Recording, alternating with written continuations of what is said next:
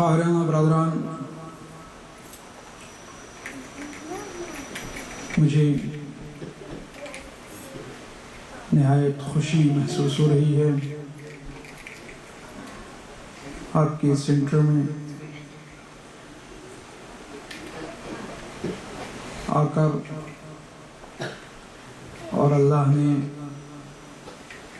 یہ توفیق دی کہ میں آپ کی کوئی خدمت کر سکوں۔ میں بارگاہ رب العزت میں دعا گو ہوں کہ اللہ تعالیٰ اس سینٹر کو اور پروان چڑھائے، اور خصوصی دعا یہ ہے کہ اس سینٹر کو ہماری داخلی پولیٹکس سے بچائے۔ میں جہاں جاتا ہوں عموماً یہی دعا کرتا ہوں۔ جی محمد والے محمد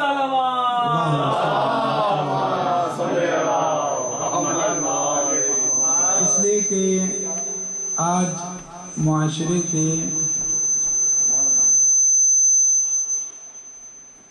ریشے ریشے میں ظلم گھسا ہوا ہے، نہ علم محفوظ ہے، نہ ادب، نہ سیاست محفوظ ہے، نہ مذہب، نہ گھر محفوظ ہے، نہ گھرانہ۔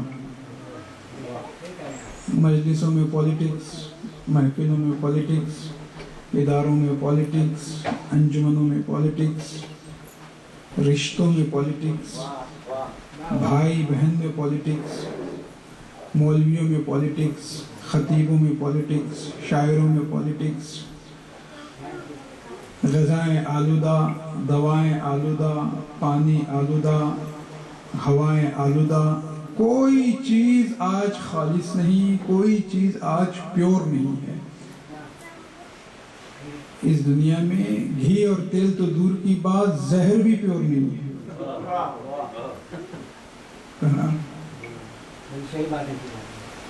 گھی اور تیل تو دور کی بات، زہر بھی پیور نہیں ہے۔ کتنے لوگوں نے زہر کھایا، بچ گئے، بعد میں جب پتہ لگایا گیا تو دیکھا کہ جو زہر کھایا تھا وہ نقلی تھا۔ ادب میں سیاست، سیاست میں گھوٹالا، تجارت میں دھوکہ، محبت میں دکھاوا، شاعری میں دلالی، خطابت میں اداکاری۔ آج یہی سب چل رہا ہے۔ تو خدا ہمیں اس پولیٹکس سے بچائے۔ پولیٹکس اچھی چیز ہے مگر علوی پولیٹکس ہو۔ امیر المومنین نے ایک جملہ فرمایا ہے نہج بلاغہ میں، چونکہ میں نے پوری نہج بلاغہ کا منظوم ترجمہ کیا ہے پوئٹک، آپ اس کو پڑھیں۔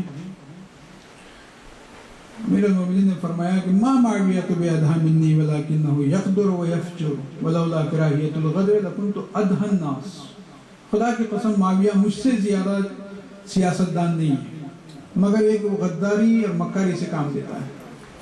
اگر مجھے غداری سے نفرت نہ ہوتی تو میں دنیا کا سب سے زیادہ سیاستدان ہوتا۔ سبحان اللہ، سبحان اللہ، سبحان اللہ۔ تو لوگوں نے مکاری کو سیاست سمجھ لیا ہے، حالانکہ سیاست کا مکاری سے کوئی تعلق نہیں، عقل مندی سے تعلق ہے۔ مکاری ایک الگ چیز ہے، عقل مندی ایک الگ چیز ہے۔ خیر، باتیں رہیں گی آپ کے حضور میں، اور بہت ساری باتیں مجھے آپ کے ساتھ کرنی ہیں، شریعت کے دائرے میں، اسلام کے دائرے میں، مذہب کے دائرے میں، اور آئندہ کا جو پروگرام طے ہوگا انشاءاللہ۔ کل سے ایک سیٹ اپ ہوگا، میں آج تھکا ہوا ہوں، تو کچھ باتیں آج روزے کے تعلق سے آپ کے سامنے مجھے پیش کرنی ہے۔ کہ اسلام میں 3 مہینے ایسے ہیں جو امتحان کے ہیں۔ کتنے؟ 3 مہینے ایسے ہیں جو امتحان کے مہینے کہلاتے ہیں. ایک رمضان، دوسرے ذی الحجہ، تیسرے محرم. رمضان میں قوت ارادی یعنی ول پاور، ایمان کی پختگی اور عمل کے معیار کا امتحان ہوتا ہے. ذی الحجہ میں مال، تھکن اور بے آرامی کا امتحان ہوتا ہے. محرم میں آل محمد کی محبت اور کربلا کی معرفت کا امتحان.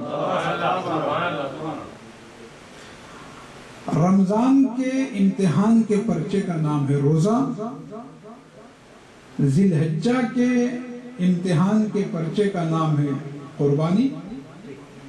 اور محرم کے امتحان کے پرچے کا نام ہے عزاداری.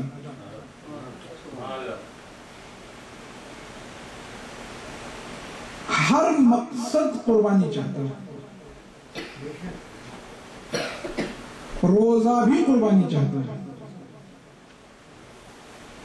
نماز اول وقت کی قربانی چاہتی ہے. روزہ بھوک پیاس کی قربانی چاہتا ہے. حج پیسوں کی قربانی چاہتا ہے. روزہ وسیلہ تقویٰ ہے. روزہ ایک طرح کا سیونگ سسٹم ہے. بچ بچاؤ کی زندگی. بچ بچانا کامیابی کی علامت ہے. جو تاجر اپنے مال کو فضول خرچی سے نہیں بچاتا وہ کامیاب نہیں ہو سکتا. جو مزدور سستی و کاہلی کرتا ہے وہ کبھی کامیاب نہیں ہو سکتا. جو اسٹوڈنٹ اپنے اوقات کو بیکاری سے نہیں بچاتا وہ کامیاب نہیں ہوتا. اسی طرح روزہ ہے. روزہ خدا کی منع کی ہوئی چیزوں سے اپنے آپ کو بچانے کا نام ہے. تو یہ بچ بچاؤ کی زندگی جو ہے وہ انسان کو کامیاب کرتی ہے. قرآن مجید نے ایک دلیل پیش کی ہے، لعلکم تتقون، شاید تم متقی ہو جاؤ، روزہ رکھو. یہ شاید کیوں کہا؟ انشاءاللہ اس سلسلے میں گفتگو ہماری رہے گی. روزہ رکھو تاکہ تم متقی بن جاؤ. ماہ مبارک رمضان میں ہر سانس عبادت، ہر سانس ایک تسبیح کا درجہ رکھتی ہے اور ہر نیند ایک عبادت کا درجہ رکھتی ہے. یعنی عمل کے بغیر عمل کا ثواب. عمل کے بغیر انسان کو عمل کا ثواب ملتا ہے. پورے 12 مہینوں میں ماہ مبارک رمضان کو وہی حیثیت ہے کہ جو ایک انگوٹھی میں نگینے کی حیثیت ہوتی ہے. ایک عمل کا ثواب فرشتہ 70 برابر. یعنی ماہ مبارک رمضان فرشتوں کی مشقت کو بھی بڑھا دیتا ہے.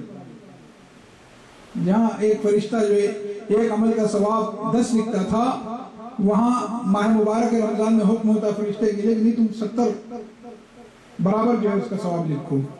گویا فرشتوں کی بھی مشقت کو ماہ مبارک رمضان بڑھا دیتا ہے. ماہ مبارک رمضان آتا ہے مشقتوں کو بڑھانے کے لیے. کون سی مشقتیں؟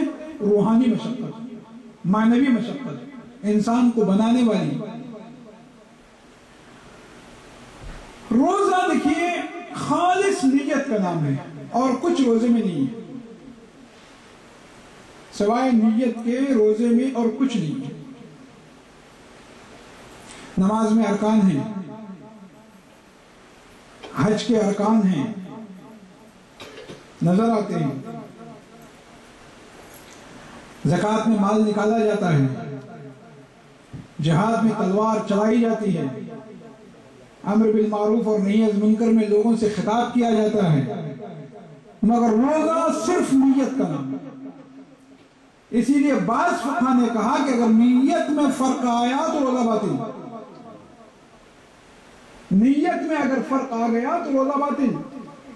بعض فقہا نے کہا ہے نماز کی بات ایسی نہیں ہے، نماز کا مسئلہ یہ ہے کہ اگر نمازی تکبیرۃ الاحرام ادا کرنے کے بعد یہ نیت کرے کہ میں تیسری رکعت میں اپنی نماز توڑ دوں گا، تو جب تک وہ تیسری رکعت نہیں آتی اور نمازی قبلے سے اپنے رخ کو نہیں ہٹاتا اس وقت تک نماز باطل نہیں ہوتی۔ لیکن روزے میں یہ ہے کہ انسان نے سحری کھائی اور اس وقت ارادہ کیا کہ میں 12 بجے روزہ توڑ دوں گا، فوراً روزہ ٹوٹ جاتا ہے، اسی وقت روزہ اس کا گیا۔ پھر اس نے یہ نیت کی کہ میں 12 بجے سحری تو سے کھائی، نیت تو اس نے روزے کی کی، لیکن اس نے صرف یہ سوچا کہ 12 بجے ہوتے ہوتے میں روزے کو توڑ دوں گا، فوراً اسی وقت اس کا روزہ ٹوٹ جاتا ہے۔ یا اگر کوئی یہ نیت کرے کہ میں 12 بجے کھا لوں گا، اس کا روزہ ٹوٹ جاتا ہے، یا میں سفر کروں گا، اس کا روزہ ٹوٹ جاتا ہے بعض فقہا کے نزدیک۔ کیوں؟ اس لیے کہ روزہ سوائے نیت کی کچھ ہے ہی نہیں، نیت ہی میں اگر خلل آ گیا تو پھر روزہ کس چیز کا؟ تو یہ ایک خالص روزہ جو ہے، اور اس نے اپنا دائرہ بہت وسیع کر دیا روزے نے، عبادت کا دائرہ کتنا وسیع ہے یہ روزے نے بتایا ہے۔ آپ کو میں بتاؤں، نماز مسجدوں میں ہوتی ہے، یہ نماز خانے میں ہوتی ہے، اللہ تعالیٰ کے گھر کا طواف مکے میں ہوتا ہے، آپ جب وہاں جاتے ہیں، زکوٰۃ ایک محدود فیلڈ ہے، لیکن روزے نے بتایا کہ نہیں، ایک روزہ دار صبح سحری کھانے کے بعد وہ ہر کام کر سکتا ہے، یعنی عبادت کا دائرہ اتنا وسیع ہے کہ روزہ جو مخل نہیں ہے، کوئی رکاوٹ نہیں بنتا ہے۔ عبادت کا دائرہ مسجد سے نکل کر گھر تک، گھر سے نکل تک، اور اس کے دائرے میں مسجد بھی آ جاتا ہے، گھر بھی آ جاتا ہے، بازار بھی آ جاتا ہے، دکان بھی آ جاتی ہے، اور اگر کربلا ہو تو میدان جنگ بھی آ جاتا ہے۔ عبادت کا دائرہ اتنا وسیع ہے، یہ روزے نے بتایا کہ آپ روزے کو ہر جگہ جہاں کہیں آپ ہوں آپ روزہ رکھ سکتے ہیں۔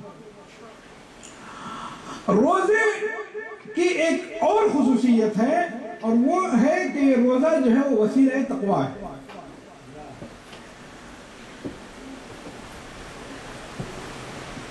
کامیابی کی ابتدا ہے ایمان، ایمان کی انتہا ہے تقویٰ، تقوی کا عروج ہے روزہ،